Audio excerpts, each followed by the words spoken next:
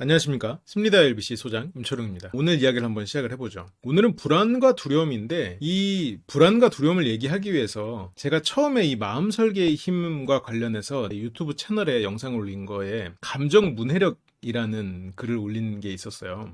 그거와 비슷한 이야기가 이 감정의 발견이란 책에서 이런 구절이 나오거든요. 우리 몸에 힘이 없고 괴로울 때는 뇌는 그 이유를 이해하고자 그 생활 속에서 잘못된 부분을 찾는다라고 해요. 그러니까 우리가 힘이 없으면 내가 왜 힘이 없지? 이런 생각을 한단 말이죠. 그리고 그런 어떤 원인을 찾고 그걸 제거하려고 애를 쓰죠. 병원에 간다거나 어떤 생활 패턴을 바꾼다거나 뭔가 이유를 찾아요. 그러니까 우리가 몸이 괴로운 건 분명히 우리가 무언가를 개선해야 되는 무언가가 있다라는 신호인 거죠. 몸이 그러면 우리는 그걸 알아요. 그런데 그런 증상 속에 어떤 감정이 숨어 있지 않을까? 그렇다면 뭘 해야 될까? 그 생각은 잘 안 한다는 거예요. 그래서 여기서는 이제 감정과학자라는 말을 쓰는데 어떤 과학자라는 직업이라기보다는 우리가 감정과학자가 돼야 된다라는 얘기를 하고 있는 거죠. 이렇게 스트레스가 엄청난 상황에서도 뭔가 잠깐 멈춰서 내가 뭐에 반응하고 있는지 그거를 스스로 물을 수 있는 사람. 그래서 이게 약하면 내가 지금 내 반응이 예민한데도 상대가 잘못했다고 생각하게 되는 경우도 있겠죠. 이게 내가 잘못된 감정의 방향성을 계속 갖다 오면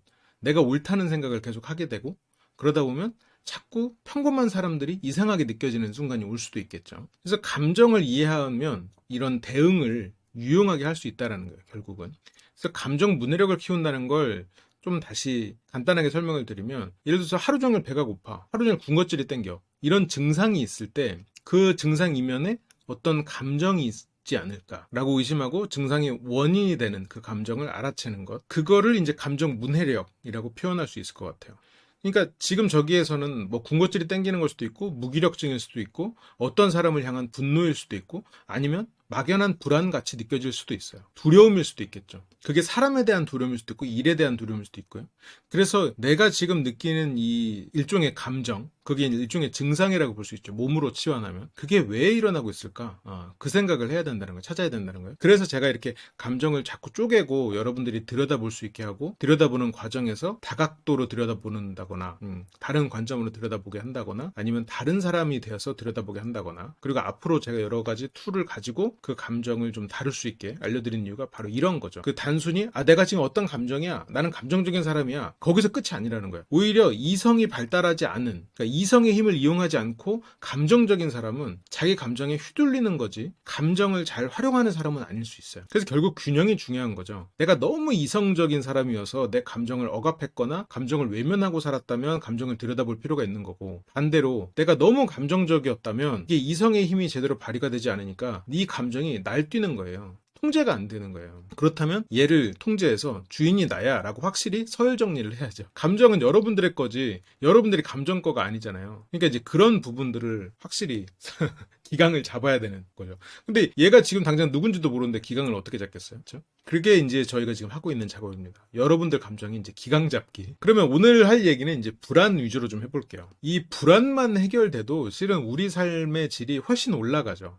이 불안이라는 게 애초에 좀 정체가 좀 불확실한 감정이잖아요. 제가 이 감정 얘기할 때 이렇게 얘기했었죠. 공포의 원인을 모를 때 유발된다. 그래서 지금 아주 긴장이 된다. 뭔가 나쁜 일이 일어날 것 같다. 이런 얘기를 했었잖아요. 그리고 두려움도 얘기를 했었죠. 두려움은 뭐라고 했죠? 위협적인 상황을 아는데, 느끼는데 피할 방법을 모를 때 거기에서는 이제 나는 공경에 빠지지 어쩔 수 없다 이런 얘기를 했었죠. 감정 강의에서 제가 들려드렸던 얘기예요. 그런데 그러면 그냥 직면하면 되지 않습니까? 라고 생각할 수도 있어요. 그러면 뭐 불안이라는 감정은 뭐 두려움이 되면 되니까 너무 쉬운 거 아닙니까? 그러니까 이론적으로는 그 말이 맞아요. 근데 문제는 이 불안이라는 감정이 방금 그 감정 문해력에서 얘기했던 것처럼 이 불안이라는 어쨌든 일종의 증상이죠. 문제이자 증상. 이게 원인을 파악을 못하고 그냥 단순히 불안을 직면해 버리는 걸로만 끝내면 그 불안은 해소가 되는데 또 다른 불안이 새어나와. 그러니까 이 원초적인 이 불안들의 근원에는 다른 감정이 있을 수도 있다는 거예요. 거기엔 다른 원인이 숨어 있을 수도 있다는 거예요. 예를 들어서 내 배우자가 약간 감정 조절이 안 돼. 그래서 내가 항상 불안해. 그런데 그래서 불안한데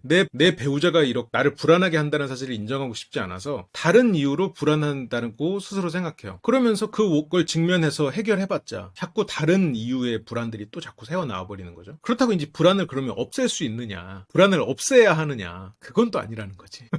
이제 여러분들이 이 LBC의 강의를 들으면서 새로운 강의라고 느끼는 부분들이 많을 거예요. 한 방향으로만 흐르지 않거든요. 거기서 여러 가지 각도를 알려드려요. 근데 원래 인간의 감정이나 인간은 여러 가지 각도를 봐야 완성돼요. 자, 어쨌든 불안, 이런 긴장, 이런 거는 생존을 방해하는 걸까요? 아니면 생존을 위해서 필요한 걸까요? 여기서부터 이제 출발을 해보자고요. 우리의 감정은 분명히 다 필요가 있는 감정들이라는 거는 제가 진작 말씀드렸죠. 근데 이 긴장, 불안, 이거는 내가 어쨌건 놀라고 긴장을 해서 맞서 싸울지 아니면 도망갈지를 선택할 수 있는, 우리한테 선택지를 던져주는 거죠. 그러니까 긴장이나 어떻게 보면 불안, 이런 계열의 감정들은 생존을 위해서 필요하다는 거예요. 이거에 관련된 실험은 굉장히 많은데 그중에서 이제 유명한 실험 중에 이 공포를 느끼는, 그걸 조절하는 이제 편도라는 부분이 있거든요. 그래서 이 편도 부분을 제거하면 그 원숭이들을, 물론 요즘엔 이런 실험을 하면 안 되지만, 편도를 제거한 원숭이들한테 뱀을 던져줬더니 얘네들이 뱀을 갖고 놀더라는 거예요. 그러니까 물론 뱀 모형이었죠. 원래는 뱀 모형을 던지면 못 갖고 놀았어요. 화들짝 놀라서 도망갔었어. 근데 뱀을 모형을 갖고 논다는 거죠. 그러니까 소뚜껑을 봐도 놀라지 않는다지, 저 말이. 거북이 보고 놀라고 소뚜껑을 보고 놀라는, 불필요하지만 이게 없었을 때는 생존 가능성이 낮아지는 거죠. 뱀 모형은 보고 가지고 놀아도 돼요. 그런데 뱀 모양을 보고 도망가지 않는 원숭이는 자연에서 생존할 수 있는 가능성이 더 낮아지겠죠. 공포심이 없어졌고 불안하지 않다고 그래서 저 원숭이가 행복하지 않을 거란 얘기예요. 불안은 그럼 자연에서나 그렇지 않은가, 현대인에게는 불필요한 게 아닌가라는 생각이 드실 수 있어요. 근데 그것도 아니라는 거예요. 이런 적당한 불안은 일의 성과를 올린다는 연구도 굉장히 많거든요. 이거에 관련해서도 아까 보여드렸던 감정의 발견에 재밌는 부분, 문구가 있는데, 오타를 찾고 교정해야 될 때 어떤 감정이 유용할까? 라는 질문을 던져요. 답은 아시겠죠? 지금 맥락에 따라서 답은 이미 나왔지. 그리고 검사들, 이 책에 나온 예시는 아니지만 이 검사들은 어떤 감정일 때 좀 비판적인 그런 부분이나 어떤 보고서의 허점, 물론 뭐 검사들만의 문제는 아니겠지만 을 더 잘 잡아낼 거냐는 거죠. 이 비판적인 능력을 발휘해야 될 때는 부정적인 감정이 더 유용하다는 거예요. 그래서 이 사람이 어떤 직업인가를 알면 이 사람이 성향이 어떨 가능성이 높겠구나라고 유추가 가능한 거예요. 제가 뭐 나는 솔로나 이런 예능을 보면서도 그 사람의 직업을 통해서 성격을 유추하고, 그런 성격에서 이 사람이 튀는 부분을 통해서 이 사람의 개인적 특성을 도출해내는 그런 부분들이 있거든요. 그러니까 이 사람이 어떤 일을 하는가는 그 사람의 감정하고 상당히 밀접해 있는 부분이 있죠. 이거는 단적인 예시고, 관련해서는 어떤 오탈자, 글자 틀린 거나 문장이 잘못된 거, 이런 거를 이제 거듭해서 계속 다듬고 계속 보고 틀린 게 없나 찾는, 이런 거는 기쁨으로 찾는 게 아닌 거예요. 이거의 동력은, 감정적인 동력은 건강한 두려움이라는 표현을 쓰더라고요. 내가 틀릴까봐 두려워야 더 잘 찾고 더 잘 개선할 수 있다는 거죠. 그러니까 현대인한테 불안이나 두려움은 상당히 유용한 감정이에요. 일의 결과를 더 높이는 거지. 그래서 꼭 이 불안은 그렇기 때문에 이런 관심의 폭을 더 좁혀서 디테일에 주목하게 해요. 그래서 그렇게 대학원에서 논문 쓸 때 불안했나 봐. 교수님들이 오탈자 하나만 잡아도 그냥 바로, 교수님들은 그렇게 오탈자에 민감하시니까. 물론 뭐 중요한 일이지만 어쨌건 그런 디테일에 주목하면서 잘못될 가능성을 감소시킨다라는 부분인 거죠. 이런 것들이 지금 현대 사회에서도 불안과 두려움은 인간에게 상당히 유용한 감정이다라는 것을 증명해주고 있는 거죠. 그리고 불안은 그렇기 때문에 이런 재무나 이런 숫자를 다루는 그런 일에 더 유리하다고 해요. 상당히 흥미롭죠. 근데 이제 문제는 이 불안이라는 게 필요 이상으로 심할 때가 문제예요. 그래서 이 불안이 심해졌을 때, 내가 불안에 브레이크를 더 이상 걸 수 없는 지경에 이르게 되면 이게 불안 때문에 내 일상이 힘들어지는 순간이 온단 말이에요. 불안이 심한 사람들은 어때요? 미리 걱정을 너무 많이 해. 미리 걱정을 많이 하다 보니까 아까 그 원숭이 뱀 실험처럼 불필요한 일에도 쉽게 놀라는 거예요. 쉽게 긴장하고, 이렇게 긴장하고 놀라다 보니까, 걱정하고 놀라고 이러다 보니까 항상 흥분 상태가 지속돼요. 이게 흥분 상태가 지속되면 사람이 지치거든요. 이성적인 사고를 잘 못하게 돼. 그리고 이성적인 사고를 잘 못하고 내가 쉽게 놀라고 이러면 다른 사람이 나를 공격했다고 이해할 가능성이 더 높아지는 거예요. 그리고 이렇게 되면 몸도 따라가요. 신체 기능도 저하돼. 그래서 소화불량, 아니면 뭐 항상 긴장해 있어서 어디가 뭉친다거나, 아니면 항상 뭘 해도 그냥 피곤한 이런 상태, 그런 것들이 벌어진다는 거예요. 그러니까 결국 이게 불안이 심하게 되면 이런 몸에도 문제가 생기고, 아까 말했던 것처럼 저런 프로세스로 인해서 인간관계에도 문제가 생기겠죠. 굉장히 예민한 사람이 되는 거지. 점점 더 예민하다 보니까 다른 사람이 나를 공격할 것이다라는 생각을 하고, 그리고 저 사람이 공격했을 때 그 공격을 더 크게 받아들이지. 그래서 이렇게 이렇게 불안이 어떻게 보면 우리의 일상의 질을 되게 낮추잖아요. 그러다 보니까 이런 부분의 불안들은 좀 개선을 해야겠죠. 그러니까 불안이 필요하고 유용한 것이다. 불안과 함께 간다. 함께 가는 부분은 있다. 하지만 심한 부분에 있어서 내가 이성의 힘으로 얘네들을 좀 컨트롤하겠다. 이 정도가 좀 적절한 레벨이 되겠죠. 근데 불안한 이유가 뭘까? 그러니까 너무 적정선을 넘어서 불안이 너무 심하다면 그 이유가 뭘까를 좀 생각을 해봐야 되는데, 불안한 이유는 크게 세 가지예요. 첫 번째는 뭔가 확실한 게 없기 때문이야. 이게 불안이라는 감정의 특성이죠. 두 번째는 이게 생소하기 때문이야. 낯설기 때문에. 처음 해봤기 때문에. 그리고 세 번째는 이 불안한 반응인데, 이게 좀 흥미로운 개념이에요. 그래서 저 불안한 반응이 뭐냐면, 내가 불안하면 몸에서 불안한 반응이 일어나잖아요. 가슴이 두근거린다거나 뭐 땀이 흐른다거나 아니면 몸이 경직되고 이런 불안한 몸에서 반응이 일어나는데, 이 반응이 몸에서 일어나면 불안해진다는 거예요. 웃으면 행복하다, 행복하면 웃는다. 행복하면 웃는 게 맞는데 웃어도 행복해진다는 것처럼 불안도 마찬가지라는 거예요. 그래서 이 세 가지가 불안해지는 이유인데, 그러면 이거를 토대로 우리가 불안하지 않을 수 있는 방법을 기본적으로 세팅해놓고 갈 수 있어요. 불확실성을 줄이면 되겠지. 그러면 뭔가가 더 확실해지면 돼요. 그러면 내가 어떤 일을 자꾸 예측하고 시뮬레이션에서 미리 준비하는 부분. 근데 준비만 해서는 안 돼. 준비하는 과정만으로 따지면 불안은 더 고조되기도 합니다. 그런데 내가 상황을 예측하고 그 상황을 마주해서 그 상황을 경험하는 것까지 하면 이 불안은 줄어들죠. 그래서 불확실성을 줄이는 부분. 그래서 예측이 가능해져요. 처음에는 내가 안 해봤기 때문에 이 불확실성과 생소함이 동시에 존재하거든요. 그렇기 때문에 예측이 불가능하죠. 그럴 때는 일단 해봐야 돼. 그래서 시뮬레이션을 자꾸 하고, 그러면서 성공 과정을 예측하고, 실패했으면 거기서 또 피드백 얻어서 또 다음에 그 부분 개선해서 하고, 그런 게 계속 돌아가면 그게 선순환이 되는 거죠. 물론 그 과정에서 불안을 아예 없앨 수는 없어요. 근데 내가 불안을 다룰 수 있게 되는 거죠. 내가 머릿속으로 시뮬레이션하고 어떤 부분에서 어떻게 해야지라고 생각할 수 있으면. 근데 시뮬레이션이 너무 과하면 불안이 더 높아질 수도 있다. 그거는 알아둬야 되는 부분이죠. 두 번째는 아까 낯섦이었잖아요. 생소함. 그 부분은 상황을 익숙하게 만들면 돼요. 이거는 미리 경험을 하면 되는데, 이거는 내가 어떤 일을 하기 전에 리허설을 많이 해봐도 되고, 아니면 내가 자꾸 도전해 보는 것으로 풀어낼 수도 있겠죠. 그래서 내가 어떤 불안이 있을 때는 불안은 무한정으로 커지지 않아요. 모든 감정이 그래. 모든 감정이 무한대로 커지지 않아. 무한대로 어떤 감정이 커지는 걸 경험하고 있으면 일상에서 살 수가 없어요. 그런 사람은 세상에 존재하지도 않고. 이건 행복감도 마찬가지예요. 행복도 하나의 사이클로 이루어져야지, 행복을 무제한 겪는다? 이 사람은 어떤 중독자일 가능성이 크겠죠. 정신이 망가져 있을 가능성이 크죠. 그래서 어쨌건 이런 것들을, 좋은 사이클을 자꾸 돌리면 내가 경험하고, 그걸 통해서 또 아까 말했던 것처럼 그 경험을 통해서 또 새로 왔을 때 또 머릿속으로 시뮬레이션을 하고, 또 경험하고, 피드백 해가지고 또 시뮬레이션 하고, 또 경험하고, 이거 계속 선순환이 되면 이 부정적 기억이 긍정적으로 변해요. 왜냐면 그걸 토대로 내가 더 개선된 현재를 만들 수가 있으니까.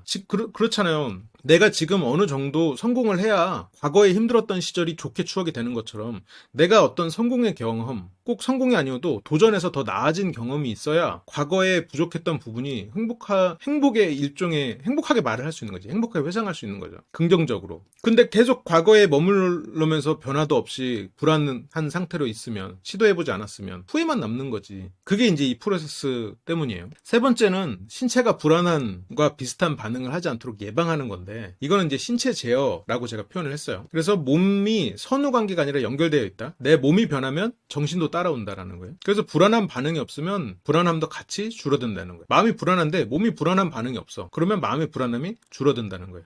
그래서 이런 것들을 하기 위해서 간단한 팁을 먼저 조금 드리면, 일단 욕심을 좀 버려야 돼요. 내가 너무 이렇게 완벽하려는 욕심, 너무 잘하려는 욕심, 그리고 나는 이제 막 어떠면 뭐 대화의 훈련이나 아니면 마음의 훈련을 이제 시작했는데 그동안 너무 잘해온, 말을 훈련도 계속 해온 막 그런 사람보다 더 잘하려는 욕심? 그런 건 욕심이죠. 내가 어제의 나보다 나으면 되는 거지. 그런 것들. 그리고 불안이 당연한 것. 불안이 없으면 그거는 낙오자예요. 낙오될 수밖에 없어. 디테일을 신경 안 쓰게 될 거고, 실수를 연발할 수도 있겠죠. 그리고 세 번째가 이 신체를 조절하는 거. 제가 저 신체를 조절하는 걸 자꾸 강조를 하는데, 이게 불안할 때 몸이 어떻게 돼요? 가슴이 두근거리지. 그리고 호흡이 잘 안 돼요. 그리고 얼굴이 화끈거려요. 자, 이걸 어떻게 조절하냐?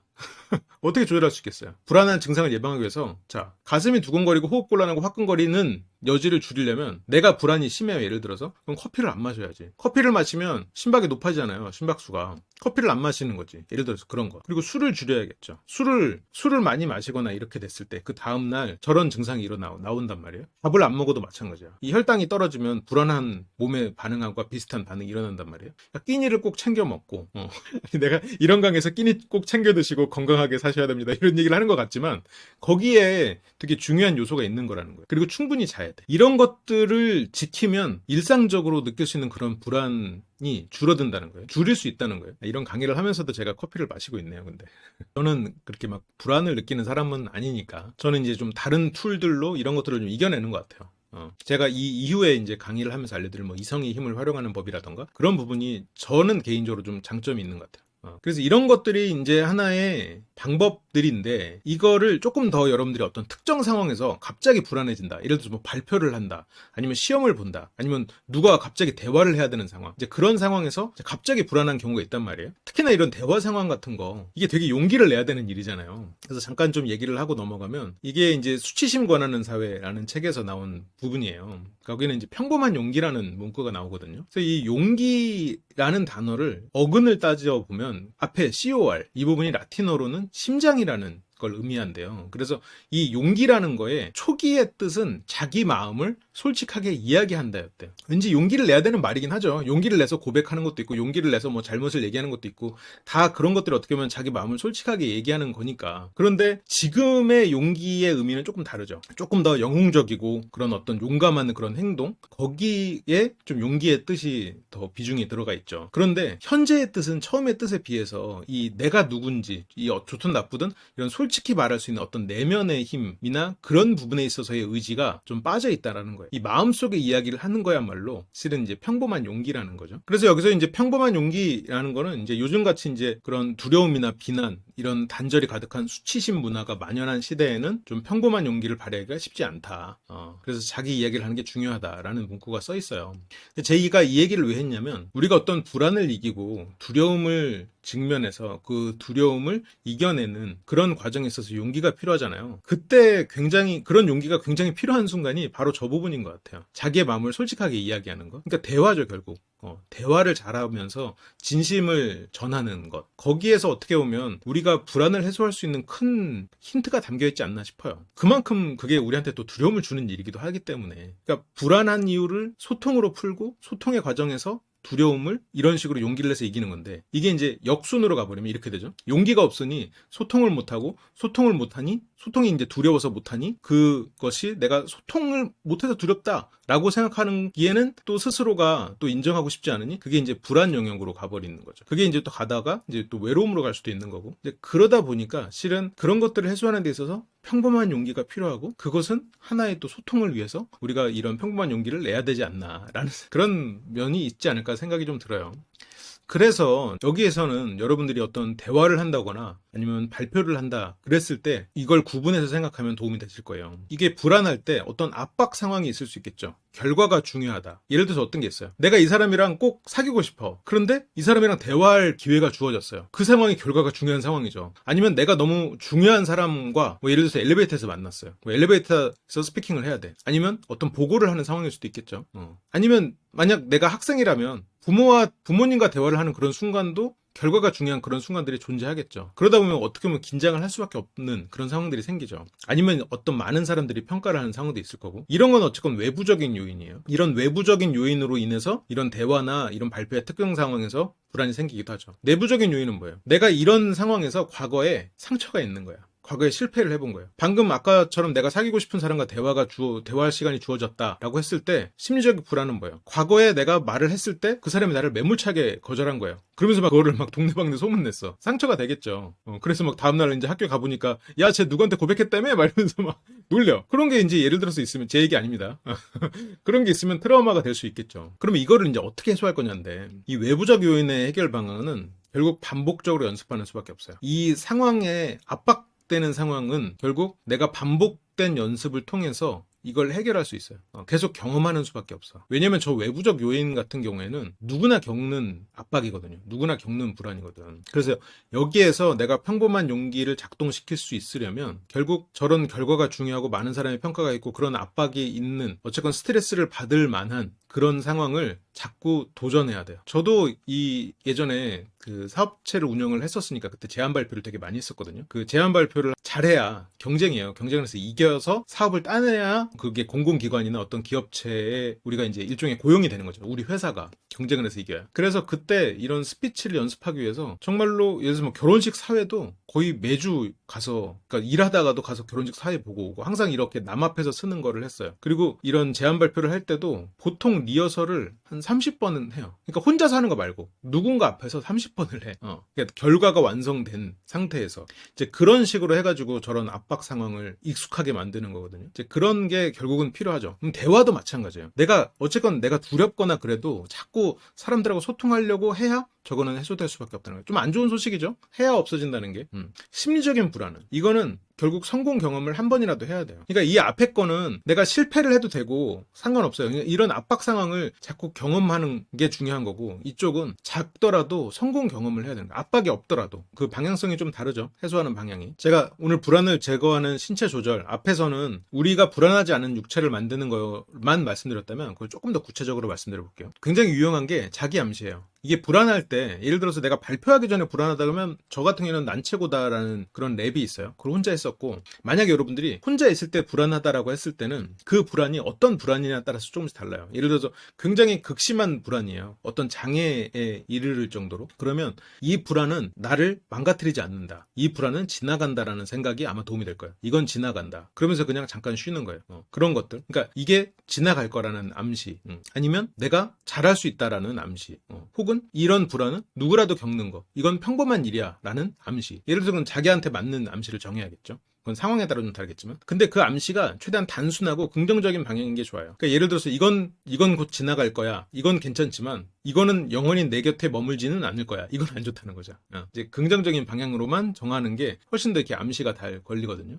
그러니까 난 못하지 않을 거야. 이것보다는 난 잘할 거야. 이게 좋은 거죠. 흔해도 단순한 게 좋아요. 그리고 자세 유지가 있는데 우리가 어깨를 펴고 딱 이 개방된 자세로 한 2분 정도 있으면 우리가 거기에 맞는 몸의 호르몬이 돈대요. 그러니까 우리가 불안하지 않은 자세, 당당한 자세. 그러니까 혼자 있을 때도 이렇게 꼬부리고 막 이렇게 무릎에 파묻고 이렇게 앉고 이렇게 막 쪼그려 있으면 그만큼 거기에 맞는 감정들이 서서히 쌓이는 거예요. 그러니까 오히려 이럴 때는 차라리 누워가지고 그냥 가슴 펴고 그냥 차라리 난 땅이다라고 생각하는 게 나을 수도 있어. 그냥 편하게. 아니면 내가 어디서 발표를 해야 되는 상황이다. 그러면 거기에 맞게 어깨 펴고 딱 다리 살짝 어느 정도 안정적으로 벌리고 그렇게 있어도 훨씬 도움이 되죠. 할 수 있으면 팔꿈치까지 딱 펴가지고 훨씬 더 이렇게 내 영역을 확보하는 그런 자세를 만들면 훨씬 도움이 되죠. 2분만 해도 기분이 달라진 걸 느낄 수 있어요. 그 다음이 호흡인데 이 호흡은 제가 이제 종종 알려드릴 거예요. 근데 호흡이 어쨌건 느려져야 될 거잖아요. 호흡이 느려져야 돼요. 그래서 호흡은 최대한 길게 숨을 내뿜습니다. 근데 숨을 길게 내뿜는 것만으로 끝내지 말고 호흡을 내뿜으면서 어깨를 같이 내리세요. 같이 내리면 여러분들이 나중에 빠른 시간 안에 이런 불안을 해소하는 신체 조절을 해야 될 때 그 호흡이랑 어깨 내리는 것만 하면 몸이 기억을 해요. 이 사람이 호흡을 느려지게 하고 싶은 거구나 라고 기억을 할 거예요. 이건 제가 나중에 라이브를 할 때 한번 다시 보여드릴게요. 지금까지는 이제 특정한 상황에서의 불안이었다면 이제부터는 조금 더 심리적으로 좀 더 들어가 봅시다. 제가 지금 불안 자체가 문제가 아니다라고 적었는데 그러면 뭐가 문제냐? 불안으로 인한 문제들은 따로 있다라는 거예요. 불안은 유용한 포인트가 있어요. 근데 이 불안이 우리를 확실하게 해치는 요소들을 불러올 때가 있죠. 그리고 그런 요소들에는 각각 해결 방안이 있어요. 그걸 지금부터 한번 같이 봅시다. 불안과 두려움이 만드는 되새김이라는 게 있어요. 다음 두 집단 중에서 어느 쪽이 스스로를 진단하고 검사도 하고 몸에 좋은 음식을 챙겨 먹을까요? 한쪽은 암에 걸릴 걱정을 많이 하는 사람, 한쪽은 암에 대한 걱정이 없는 사람. 그냥 얼핏 생각하면 암에 걸릴 걱정을 많이 해야 진단도 하고 검사도 하고 몸에 좋은 음식도 챙겨 먹을 것 같잖아요. 근데 이걸 실험을 해보니까 아니라는 거예요. 암에 대한 걱정이 없는 쪽이 훨씬 더 자기 진단도 하고 종양검사도 하고 몸에 좋은 음식도 챙겨 먹는다는 거죠. 흥미로운 결과죠. 이게 자꾸 되새겨서 생각하는 사람일수록 어떤 일을 실천하는 거는 미룬다는 거예요. 그런 경향이 있다는 거예요. 그래서 어떤 일을 계속 되새겨서 생각하고 너무 많이 생각하는 건 그 일을 실천하는 데에는 오히려 방해가 될 수 있다는 거죠. 그래서 이 두려움은 내가 대처할 자신감이 없다는 걸 의미하기도 한단 말이에요. 그러니까 두려움 자체는 대처할 자신감이 없다는 건 아니죠. 두려움이 있을 때 우리는 대처할 자신감을 가지고 그것을 맞서서 이기거나 뭐 그걸 직면하는 그런 일들을 할 수 있지만, 우리가 어떤 두려움이나 불안에 짓눌려 있는 상태, 그래서 자꾸 이런 되새김을 하는 그런 상태는 이 대처할 자신감이 없다는 얘기죠. 그래서 이런 상황에서는 효과적인 해결을 하지 못하는 거예요. 왜냐면 자꾸 뭔가 내가 효과적인 해결책이 머릿속에 떠올라도 안 하니까, 못 하니까. 그러면 어떻게 할 거냐는 거죠. 그러면 이걸 어떻게 할 거냐, 여기서 어떻게 빠져나올 거냐. 보통은 이 되새김의 굴레에 빠지는 이유가 너무 자책을 한다는 거예요. 내가 또 이랬네. 계속 생각을 불안하고 아니면 그 내가 두려움을 헤쳐나갈 수 없다는 쪽으로 계속해서 자책을 하고 그쪽에서 점점 빠져들어 버린다는 거예요. 그게 아니라 이걸 선택지를 만드는 것으로 해결할 수 있다고 해요. 선택지로 만드는 방법은 일단 첫 번째로 우선 할 수 있는 일들을 찾아요. 그리고 그 안에서 내가 어떤 일을 현실적으로 할 수 있는 일, 그걸 좀 목록을 만드는, 구체적으로. 그리고 거기서 최선으로 여겨지는 거를 선별을 하는 거죠. 그러니까 처음에는 이건 안 될 거야, 이건 저건 안 될 거야, 이거는 내가 좀 이건 하기 싫어서 안 돼, 이렇게 생각하지 말고 일단 다 적는 거예요. 그러니까 일단 주제가 정해지면 거기에 따라서 내가 관련해서 할 수 있는 일을 선택지를 쭉 나열하는 거죠. 여기서는 사고를 닫지 말고 그냥 계속 펼치는 방향으로, 그 다음에 그걸 보이는 거에서 내가 할 수 있고 없고를 떠나서 최선인 거를 찾아보는 거죠. 그 다음에 할 수 있고 없고는 그 다음에 하나씩 제약 조건이나 이런 걸 따져보고, 왜냐면 처음에 생각이 떠오를 때 제약부터 생각하면 떠오르는 걸 막기 위한 제약이 먼저 떠오를 수가 있거든요. 그래서 그런 식으로 찾는 거예요. 그래서 이렇게 선택지를 만들게 되면 이렇게 만드는 것만으로도 이런 되새김의 스트레스가 줄어든다는 거예요. 그리고 이런 거를 메모해서 내가 계속 갖고 다니면 이런 과한 선택의 압박, 내가 이걸 선택했을 때 후회가 남을지 모른다는 두려움, 그런 데서 도망치지 않을 수 있다는 거죠. 근데 여기서 주의사항이 있어. 이 선택지가 3개보다 적거나 6개보다 많으면 안 돼. 그러면 선택 자체를 아예 못 한다는. 그러니까 2개면 뭐 이거냐 저거냐, 이거는 1개인 거나 거의 이제 큰 차이가 없다 보니까 이런 후회가 남을 수 있고, 7개가 넘어가면 이제 너무 많으니까 거기에서 뭘 선택하는 게 어려워지죠. 그래서 예시를 좀 보면, 최근에 새로 뽑은 직원이 일을 잘 못한다 했을 때 여기서 무슨 선택지가 있겠어요? 다양한 선택지를 쭉 나열하는 거예요. 이렇게 일단 주제가 있으면 관련해서 내가 생각할 수 있는 선택지를 다 뽑아보는 거지. 내가 쟤를 왜 고용했을까? 내가 쟤를 왜 뽑아가지고 이런 사단이 나나? 내가 또 이렇게 빠져들지 말고 그냥 할 수 있는 걸 생각하는 거예요. 선택지를 조금 더 기다려 볼 수 있겠죠. 그리고 좀 더 일을 단순한 걸로 바꿔줄 수 있을 거고, 아니면 각 업무 단계별로 지금 당장 뭐 해야 되고 이거 끝내면 뭐 해야 되고 그런 체크리스트를 만들어줄 수도 있을 거고, 그 다음에 함께 일할 동료를 붙여줄 수도 있을 거고, 뭐 아니면 해고할 수도 있겠죠. 여기에서 이게 되냐 안 되냐는 이렇게 일단 선택지를 나열한 다음에 그 다음에 따져보는 거예요. 여기서 따져보는 거는 여러 가지 방법이 있겠죠. 예산을 기준으로 할 수도 있을 거고, 일의 결과를 가지고 할 수도 있을 거예요. 그래서 이거를 한번 해보시면 좋을 것 같아요. 내가 최근에 이런 자꾸 되새기게 되는 일이 있는지, 어떤 일을 직면하지 않고 자꾸 이렇게 뺑뺑 도는, 머릿속에서 그냥 뱅글뱅글 도는 일이 있는지, 있다면 저렇게 주제를 정하고 한번 저렇게 선택지를 쭉 나열을 해보세요. 그리고 거기서 괜찮은 거를 한 4-5개 뽑아보는 거죠. 그런 식으로 한번 해보시고 또 그 다음으로 넘어가면 좋을 것 같아요. 자, 그리고 이 이야기는 조금 다른 포인트일 수 있어요. 이런 아이들을 교육할 때 자존감에 대해서 일종의 약간 되새김과 비슷하게 굉장히 걱정하고 자존감에 대한 이야기를 많이 하는 부모는 어떨까요? 이건 이제 자존감의 덫이라는 책에서 나온 부분인데요. 이 아이의 자존감을 과하게 걱정하는 부모는 그거에 대해서 일종의 불안을 느끼는 거랑 비슷한 상황이겠죠. 그런 부모는 아이를 자존감의 덫에 빠지게 할 수도 있다라고 돼 있어요. 그러니까 이제 단순히 나만의 문제로 끝나는 게 아닌 거지. 이런 되새김의 문제가 이게 어떤 식으로 아이들 마음속에 프로세스가 이루어진다라고 말을 하냐면, 자신에 대해서 높은 기대를 하고 있다면 그게 당연히 이루어지지 않겠죠. 근데 이제 아이의 자존감을 과하게 걱정하다 보니까 이 아이가 자기 자신에 대한 기대를 높게 하도록 교육을 한단 말이에요. 근데 그게 이루어지질 않아. 그러다 보니까 아이는 그게 이루어지지 않으니까 자기한테 문제가 있다라고 느끼게 되고, 그게 그 아이가 커서 불행한 어른이 되는 거예요. 그에 따라서 이 아이가 그렇게 큰 어른이 되었을 때 불만이 끝이 없고, 내가 그래도 난 특별해야 된다는 그런 압박감에 시달리고, 그렇게 시달리다 보니까 나는 안 되니까 열등해. 그러다가 나는 그래 우월한 존재였지. 그래서 왔다 갔다. 이제 그렇게 될 수가 있다라고 얘기를 하고 있어요. 상당히 좀 경각심을 불러일으키는 얘기죠. 그러니까 단순히 그냥 자존감 높은 아이를 만들자라는 그런 문구를 트렌드로 얘기하는 사람들이 다루지 않는 부분이죠. 그래서 이런 자존감과 자존심은 자신을 좋아한다, 아니면 존재 자체만으로 칭찬받는다 해서 생기는 게 아니라는 거예요. 그렇게 해서 생겨나는 게 자존감과 자존심이 아니고, 이거는 이제 무언가를 잘 해내고, 그리고 나 자신의 개인이 무엇가 잘났고 무엇가 못났고 그런 장단점을 정확하게 알려고 노력하고, 그러니까 이건 단점에게도 직면을 해야 된다는 거죠. 단순히 그냥 잘난 부분만 그냥 계속 인식하고 넘어가는 게 아닌 거죠. 그리고 남들하고 같이 섞여서 평범하게 지내는 법을 아는 것, 그리고 어떤 조직에도 적응해보고, 그리고 적응하는 과정에서 또 선배에게 배워야겠죠. 내가 새로운 어떤 조직에 들어가서 익혀야 되니까. 그런 과정에서 인간관계에 있어서 상호의존, 그런 거에 있어서 장점과 어떤 규칙을 익히는 것, 그런 것을 배울 때 얻게 되는 부산물이 자존감과 자신감이라고 얘기하고 있어요. 단순히 그냥 특별해지는 것만으로는 어떤 불행과 자아도취, 아까 말했던 그 열등감과 우월감을 왔다 갔다 하는 것처럼 불행함과 자아도취를 왔다 갔다 하는 그쪽으로 이끌고 간다는 거죠. 그래서 이런 사고방식을 해결하려면 여기서도 모두가 패배자고 별걸 없다는 생각을 해야 될까요? 아니겠죠. 당연히 아니겠지. 여기에서는 개별적이고 고립된 그 개인한테 초점을 맞추지 않고 사회적인 인간, 다른 사람들은 어떻게 교류하고, 아니면 앞에서 말했던 저런 상호 의존의 장점과 규칙, 아니면 어떤 것에 좀 적응해보고, 나의 장단점을 인식하고, 내가 무언가를 해내보고, 그리고 점점 더 잘한다고 스스로가 느낄 수 있게 자꾸 그것에 익숙해지기도 하고, 이제 그런 것들, 내가 이런 사회적인 인간이 되고 그런 사회적으로서 무언가를 만들어낼 수 있는 긍정적인 영향력을 갖출 수 있는 그런 과정을 겪어야 된다는 거죠. 이 앞에서 봤던 되새김하고 상당히 많은 부분이 통하죠. 자, 되새김 말고 또 무슨 문제가 있을까요? 완벽주의. 아마 많이 공감하실 거예요. 이 완벽주의자들은 높은 목표를 원하죠. 목표가 높으니까 불안해요. 그러니까 더 시도할 수가 없어. 시도할 수가 없는 경우가 생기죠. 그러면 어떻게 해결할 거예요? 목표를 낮추라고? 여기서 어떤 문제가 생기냐면, 낮은 목표를 가지라라고 했을 때 완벽주의자들은 이 낮은 목표를 가지는 것이 만족스럽지도 않고 이 자기 본성 자체를 부정하는 것처럼 느껴져요. 낮은 목표는 목표라고 느껴지지 않는 거야. 그러다 보니까 자존감이 하락하게 되는 거죠.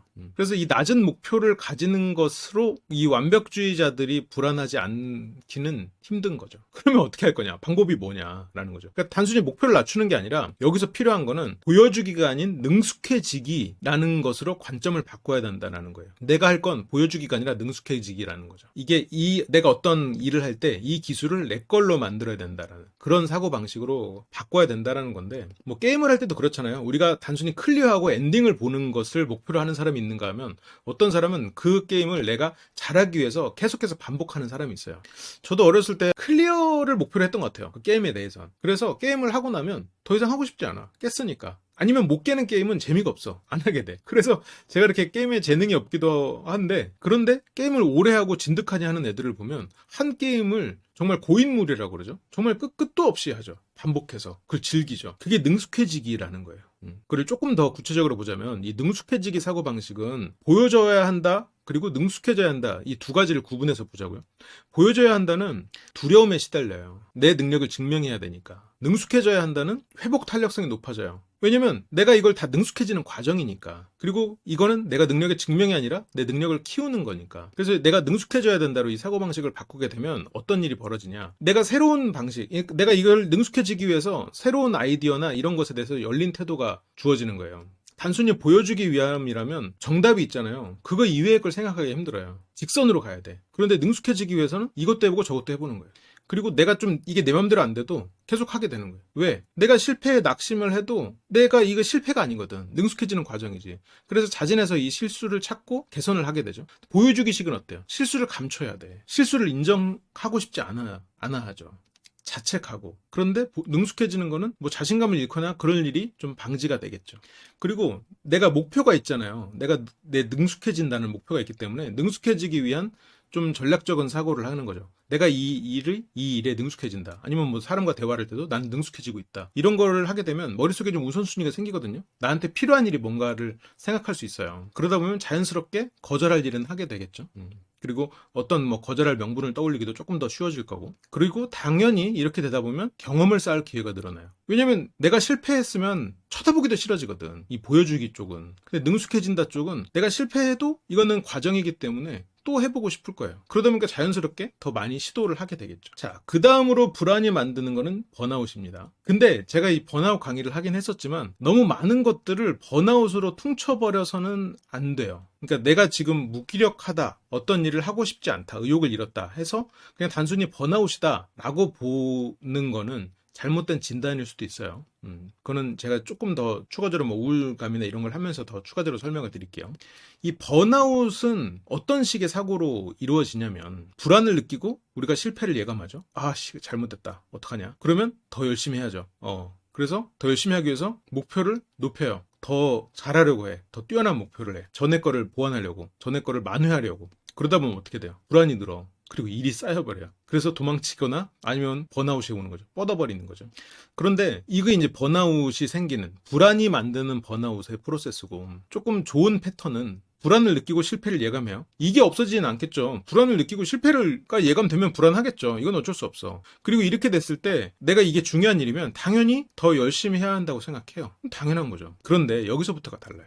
더 열심히 해야 된다는 생각이 잘못된 생각이라는 거를 깨닫는 거예요. 그걸 인지하는 거예요. 그리고 다시 시작하는 거예요. 목표를 유지하고. 이게 예를 들면 다이어트를 할 때도 내가 지금 생각만큼 몸이 잘 안 빠져. 운동을 잘 안 했어. 예를 들어서. 아니면 뭐 좀 먹어버렸어요. 식단을 잘 못했어. 그래서 잘 안 됐네? 그리고 체중이 잘 안 빠졌단 말이에요. 그럼 내가 한 달 후에 내가 10kg를 빼기로 했는데 오늘 체중이 안 빠졌어. 그럼 내일 2kg를 빼야지? 잃어버린다고요. 오늘 1kg 빼고 내일 1kg 뺐어야 되는데 오늘 안 됐네? 내일 2kg 빼야지? 그럼 내일은 원래 먹어야 되는 식단에서 줄여버려. 공복으로 지내. 그리고 운동은 2배로 늘려요. 그러면 쓰러진다고요. 좋은 패턴에서는 더 열심히 해야지 라고 생각하지만 그렇다고 해서 내가 여기서 이 다이어트 양을 늘려서는 안 돼. 먹는 양을 줄여서는 안 돼. 자, 어제 그 일은 그 일이고 오늘부터 계속 다시 시작하는 거야. 이러면서 목표를, 내가 체중의 목표는 그대로 가져가는 거야. 한 달 후에 빼야 되는 예를 들어 10kg 목표는 그대로 가져가는데 거기서 하루를 늘리는 거지. 예를 들어서 그런 식으로 조정을 하는 거지. 그러니까 목표가 상향 조정되는 건 아닌 거죠. 목표가 그대로인 거지. 내가 그냥 해야 되는 날짜가 늘어나는 거죠. 이런 식으로 이게 다시 시작한다는 개념은 그게 어떤 일이냐에 따라서 좀 다르겠지만 이런 식으로 사고를 해야 된다는 거예요. 그래야 할 수 있다는 거지. 이거를 여러분도 한번 만들어 보시면 좋을 것 같아요. 그래서 여기에서 더 열심히 해야 한다. 내가 불안했을 때 나한테 나타나는 어떤 행동 패턴이 있는가? 더 열심히 해야 한다? 아니면 더 나를 혹사시켜야 된다? 여기서 어떤 생각을 하는지. 그리고 두 번째는 여기에서 다시 시작한다. 여기에서 어떤 좋은 패턴이 있는지. 다시 시작하는 거? 아니면 나를 응원하는 거? 어떤 게 있겠죠? 그런 부분들을 한번 생각해 보시고 넘어가면 좋을 것 같아요. 자, 그 다음으로는 이게 이제 피드백 이러면 조금 감이 안 올 수 있는데 남들이 나한테 하는 반응들. 그게 두려운 거예요. 내가 어떤 불안이 심해지면 남들이 나한테 무언가를 얘기해 주는 것조차도 다 나를 상처 주는 것 같거든요. 이제 그런 것들이 두려워지는 거죠. 아까 처음에 얘기했던 그 불안한 사람들, 불안한 사람들이 공격으로 받아들이는 경우가 많다는 그런 것과도 좀 통하는 이야기죠. 이런 불안한 사람들이 타인의 피드백을 피하는 이유는 뭘까요? 그거는 자기 자신에 대해서 타인보다 이미 혹독하게 평가를 했기 때문이에요. 그게 자신감이 없다로 얘기할 수도 있겠지만 자기에 대해서 이미 자기 스스로가 비난을 하고 있어. 근데 그걸 인정하고 싶진 않겠죠. 그래서 그 다른 사람이 어떤 얘기를 들었을 때 저 사람이 그 사람 입장에서는 그냥 평범한 피드백이었는데 내 입장에서는 내가 이미 하고 있던 나의 비난과 맞물리면서 비난이라고 느껴지는 그런 케이스가 있는 거예요. 그래서 이 사람이 어떤 피드백을 하더라도 다 부정적일 거라고 생각하는 거죠. 예를 들어서 내가 되게 스스로가 못생겼다고 생각하고 있어. 그래서 어떤 옷을 입어도 안 어울리고 그런다고 생각한단 말이에요. 근데 매장에 가서 옷을 골라요. 근데 옷을 딱 입고 잘 어울려요 했을 때 물건 팔아먹으려고 나 지금 놀리네? 아니면 친구를 데려가서 얘기를 해. 잘 어울린다. 그랬을 때 빨리 집에 가고 싶구만. 이렇게 생각이 된다는 거예요. 아니면 야 너한테 잘 안 어울려. 그거는 그러면 솔직하게 들리냐? 이것도 비난으로 들리지. 어떻게 그렇게 말해? 그럼 주변 사람들이 이제는 피곤한 거예요. 다 부정적으로 들어버리니까 그런 사람들하고 어떻게 관계를 맺겠어요? 그래서 모든 것을 다 부정적으로 예측해버리는, 그래서 결국은 오류가 날 수밖에 없는 사고방식이 되는 경우가 있는 거죠. 그래서 이런 경우에는 이제 좀 부정적일 것이라는, 타인의 이런 피드백이 부정적일 것이라는 확신을 깨는 것. 그래서 처음에는 아까 이제 옷가게 예시를 들면 그 직원이 안 어울린다고 했을까요? 당연하죠. 그 사람은 내가 어울린다고 생각했을 리가 없어요. 99% 사실이에요. 100%라고 하겠지. 그러면 실제로 그 사람이 정말로 그렇게 생각할 확률이 뭘까요? 그랬을 때는 조금 낮아져. 그러니까 이성적으로 정말로 그게 실제로 어땠을까를 다시 한번 따져보면 내가 생각하는 부정에 대한 확신이 조금 깨지거든요. 저 사람이 너를 비난하려고 그랬을까? 당연하지. 그랬다가 실제로 그 사람이 너를 비난하려고 그랬을 확률이 얼마나 될까라고 이렇게 좀 다시 따져보면 조금 낮아져. 50%. 실은 50%도 안 될 거예요. 근데 50%라고 생각하는 거죠. 조금 낮아져. 이 틈을 만드는 게 되게 중요해요. 여기서 사고가 열리거든요. 무조건 부정적일 것이다 해서 부정적이지 않았을 수도 있겠다 정도만 생각할 수 있어도 이게 정말 장족의 발전이거든요. 부정적이지 않을 수도 있겠다 해서 부정적이지 않다로 가는 거는 조금 가까워. 근데 완전히 부정적이다 해서 부정적이지 않을 수도 있겠다. 이거는 굉장히 큰 차원의 발돋움이라는 거예요. 그래서 이렇게 뭔가 그 생각의 틈을 만들 수 있는 거, 부정적인 생각의 틈을 만들어서 그 다음에 깨버리는 거죠. 그러니까 어떤 견고한 벽이 있어도 일단 균열이 생기면 그 다음에 깨지는 거는 당연한 수순이에요. 근데 처음에 균열을 만드는 게 힘든 거지. 그게 지금 이런 거예요. 그래서 이런 부정적일 것이라는 확신을 깨기 위해서 좀 시간을 벌어야 되는데 여기에 되게 좋은 예시들이 있어요. 대처를 미리 준비해 두라는 거야. 이게 저도 다른 책에서, 제가 쓴 다른 책에서도 이런 평소에 이런 대처할 방안들을 준비해 놓으라고 해서 그런 예시들을 많이 담아 놓거든요. 근데 제가 지금 이쪽 뒤쪽에서는 불안을 다스리는 도구 상자에서 발췌를 한 내용들이 좀 있어요. 이 책에서도 그런 대처를 미리 준비하는 거를 되게 필요한 것으로 얘기를 하고 있더라고요. 발표를 할 때도 앞에 첫 장은 제가 항상 모든 문구를 다 외워버리라고 한단 말이에요. 앞에 가능하면 예를 들어 50분 발표면 첫 5분 정도는. 그게 처음에 그 시간을 벌면 내가 긴장이나 불안을 다룰 수 있게 돼요. 이것도 지금 마찬가지 원리란 말이에요. 그래서 내가 어떤 얘기를 들었을 때 거기에 대해서 내가 미리 준비한 대처를 하면 그 대처를 하는 동안 내가 이성적인 대처를 미리 준비했을 거 아니에요. 그 미리 준비한 대처가 뭐 임마? 이건 아닐 거란 말이에요. 이제 그런 식으로 내가 이성적으로 대처를 하는 그 동안 내가 이성의 힘을 다시 불러올 수가 있는 거죠. 그래서 어떤 지적을 받았을 때도 뭐에 관한 말씀은 좋은 지적이라고 생각합니다. 말씀해 주는 사항은 모두 검토해 보겠습니다. 살펴보고 생각할 시간을 주세요. 이건 이제 회사에서 쓰는 말이고 일상적인 용어로 좀 바꾼다면 말해준 거 참 고마워. 생각해 볼 여지가 있네. 내가 좀 생각해 보고 그다음에 나중에 또 다시 얘기해 보자. 이 정도로 얘기할 수 있겠죠. 흥미로운 관점이라고 생각합니다. 되게 그것도 재밌는 이야기네. 그런 관점도 있을 수 있겠구나. 여러 가지로 변주할 수 있겠죠. 자기 말투에 맞춰서 이 사항을 어떻게 적용할지 고민해 보겠습니다. 이런 것들. 그리고 회사에서 굉장히 유용한 뭐가 최선일지 생각해 보겠습니다. 정리해서 메일로 보내드리겠습니다. 시간을 확 버는 거죠. 그리고 상대에 대한 칭찬을 같이 할 수도 있어요. 그 생각은 미처 해보지 못했네요. 정말 괜찮은 생각이군요. 좀 신선한 자극이 되네요. 고맙습니다. 멋진 생각이네요. 대화할 때 새로운 시각을 자주 배우게 되는군요. 이런 문구들을 그냥 외워두는 거예요. 그러니까 이런 거를 토시 하나 안 틀리고 다 외우긴 힘들고 그럴 필요까지는 없죠. 근데 이 정도 내용들은 이제 불러낼 수 있는 정도는 돼야죠. 그때그때 조금씩 말투가 변하더라도 아니면 저런 토시나 이런 게 조금씩 달라지더라도 언제든지 인용할 수 있어야지. 머릿속에 있어야죠. 이런 것들이 있으면 훨씬 도움이 될 거예요. 일상생활에서. 그래서 여기서 이제 결론적으로 여기서도 불안은 문제가 아니다라고 얘기해요. 불안을 완전히 없애는 건 불가능하기도 하고 유용하지도 않다. 불안에 관련된 거의 모든 책들이 그렇게 얘기하고 있어요. 모든 연구가 그렇게 답하고 있고. 왜냐면 인간의 어떠한 감정을 제거한다는 건 말이 안 되거든.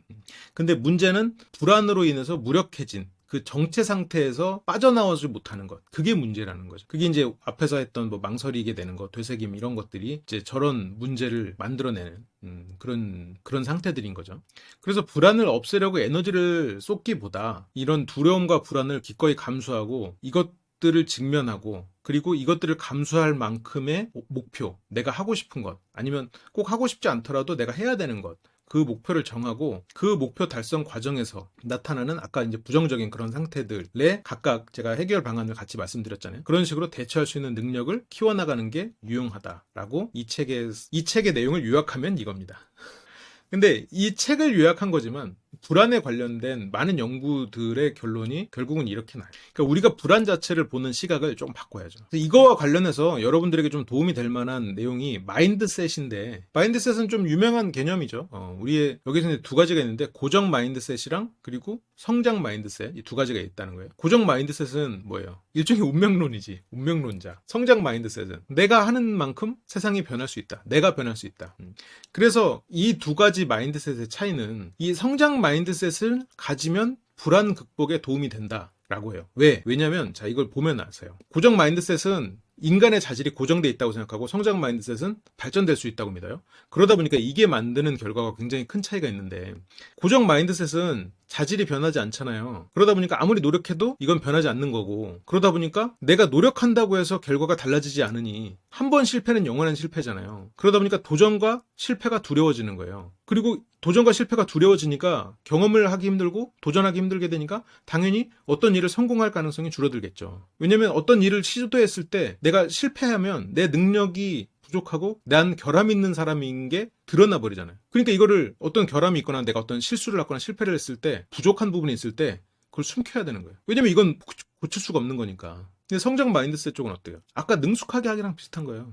그러니까 이게 완전히 다른 책에 있고 다른 연구에 있고 결과가 다르게 나타나는 것 같지만 실은 이들이 가르치는 방향이 한 방향이에요. 굉장히 많은 부분들이 통한다고요. 제가 오늘 보여드리면서 여러 가지 연구나 여러 가지 책들의 내용들을 발췌했지만 이게 쭉 한 가지 방향으로서 제가 여러분들한테 강의를 할 수 있던 것도 이들이 말하는 게 크게 다르지 않거든요. 그러니까 물론 이야기는 다른데 이 맥락 안에 흐르고 있는 이 통찰이, 불안에 대한 통찰이 많은 부분 일치해요. 성장 마인드셋은 이 실패로부터 회복 속도가 당연히 빨라지죠. 왜? 도전이 능력을 키워준다고 생각하니까. 그러니까 도전을 하게 돼요. 실패를 해도 거기서 내가 어떻게 성장할까를 생각하게 되는 거지. 성장이 가능하니까. 그러니까 자기의 잠재력을 믿고 어떤 실패도 결국 성공을 위한 디딤돌이다라고 생각을 할 수 있게 되는, 그게 이제 성장 마인드셋이죠. 그래서 이거는 결국 앞에서 봤던 능숙해지기와도 상당히 유사한 관점이고 이게 불안을 이기는데 도움이 된다라는 거예요. 그래서 사랑에 있어서도 운명론을 생각하는 사람들은 불안해.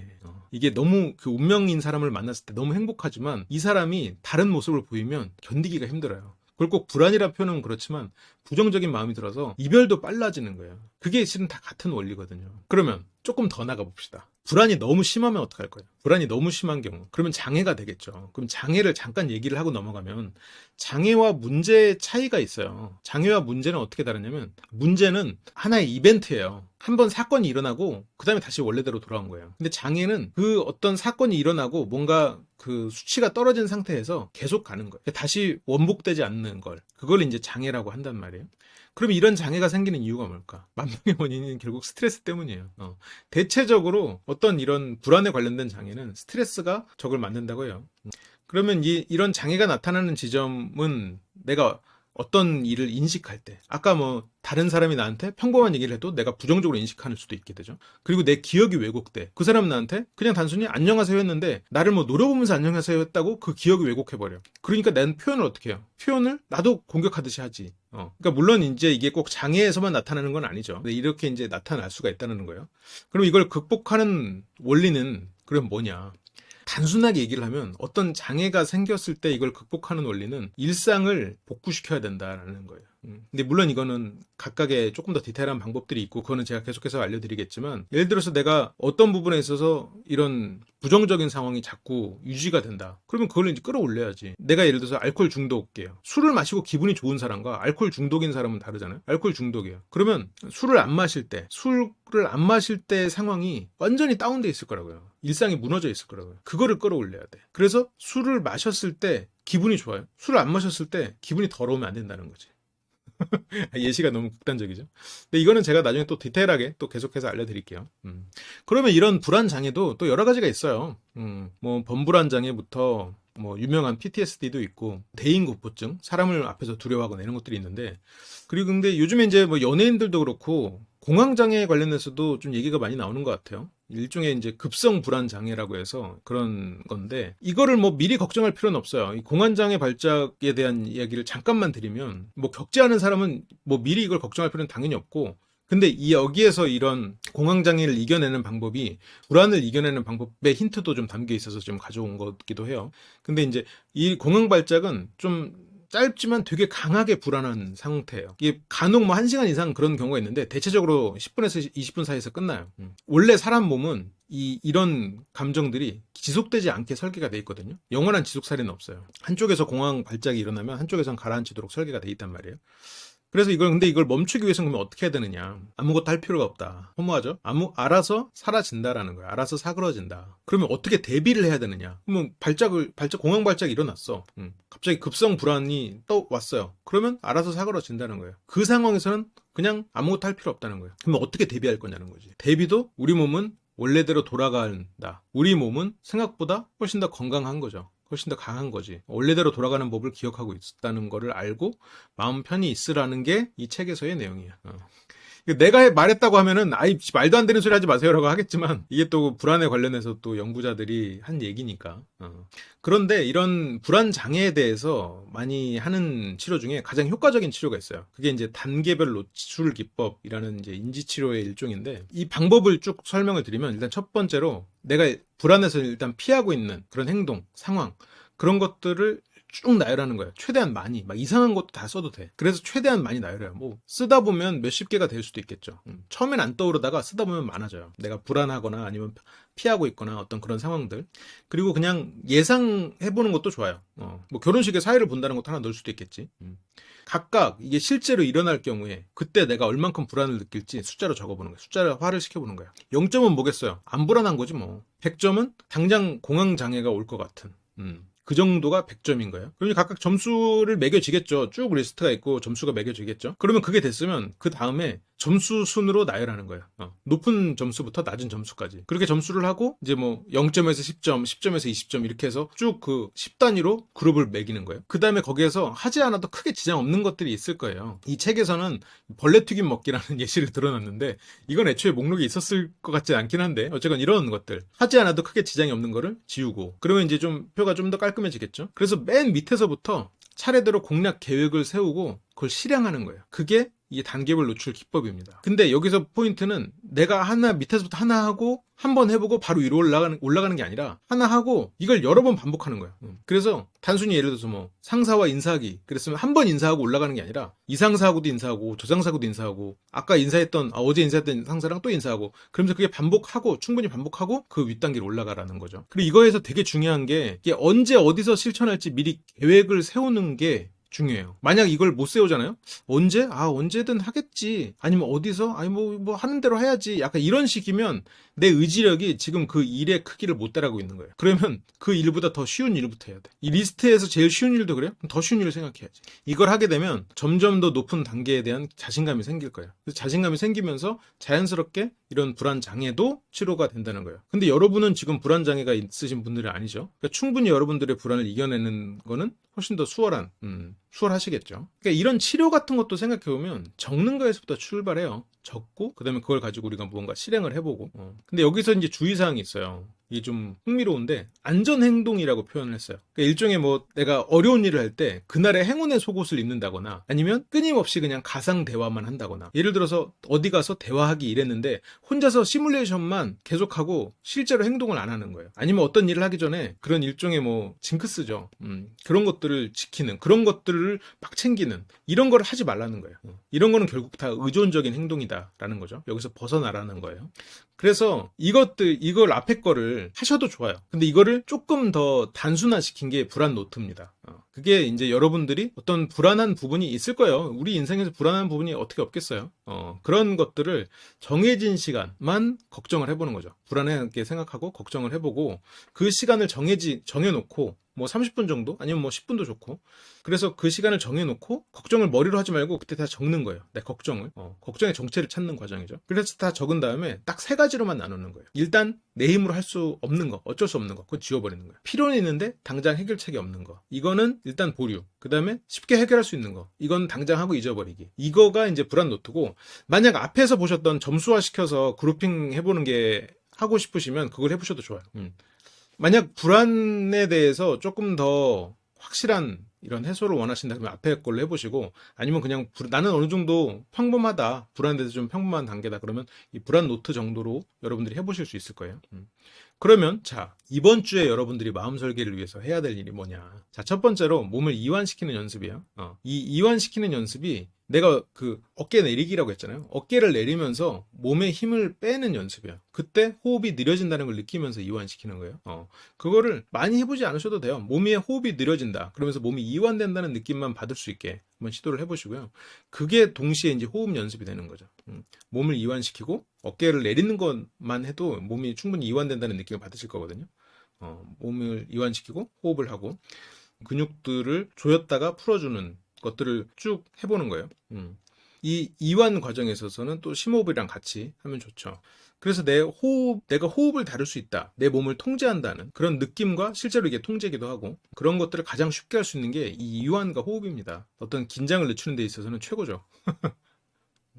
그 다음에 아까 이제 보셨던 그 불안 노트를 써보시거나 아니면 그 전에 봤던 단계적 노출 기법을 해보시거나 그리고 그걸 해보신 다음에 이 불안 노트에서 보셨던 이런 불안한 내용들이 있잖아요.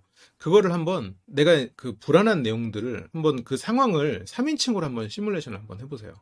다른 사람이 나를 본다는 생각을 상상하면서 이 적는 거는 짧으셔도 좋은데 3인칭으로 불안해하는 내 모습을 한번 보세요. 그러면 그 불안 정도가 훨씬 더 준다고 느껴지실 거예요. 그리고 불안 노트를 한번 보고 루비치라면 이것들을 어떻게 생각할까? 이것들을 어떻게 처리할까? 그거를 첨삭을 해주세요. 그거를 이제 여러분들의 루비치 입장에서 하는 거를 이제 써보시는 거죠. 자, 여기까지가 제가 오늘 준비한 강의입니다. 최대한 그 쉬는 부분을 잘라서 여러분들이 좀 가능하면 짧은 시간에 많은 지식과 그리고 여러분들이 경험할 수 있는 소스를 받아가시길 바라는 마음에서 좀 무리를 하고 있습니다. 그래도 여러분들이 좀 도움이 많이 되셨으면 좋겠다는 생각을 하고 있고요. 그러면 또 이 다음 강의에서 여러분들에게 더 많은 도움 드릴 수 있도록 계속해서 준비를 해보도록 하겠습니다. 그럼 시청해주셔서 감사합니다. 다음 시간에 만나요. 이번 강의의 질의응답 및 추가 강의는 심리대화학교 멤버십 특별 라이브에서 진행됩니다. 설명란을 참고해주세요.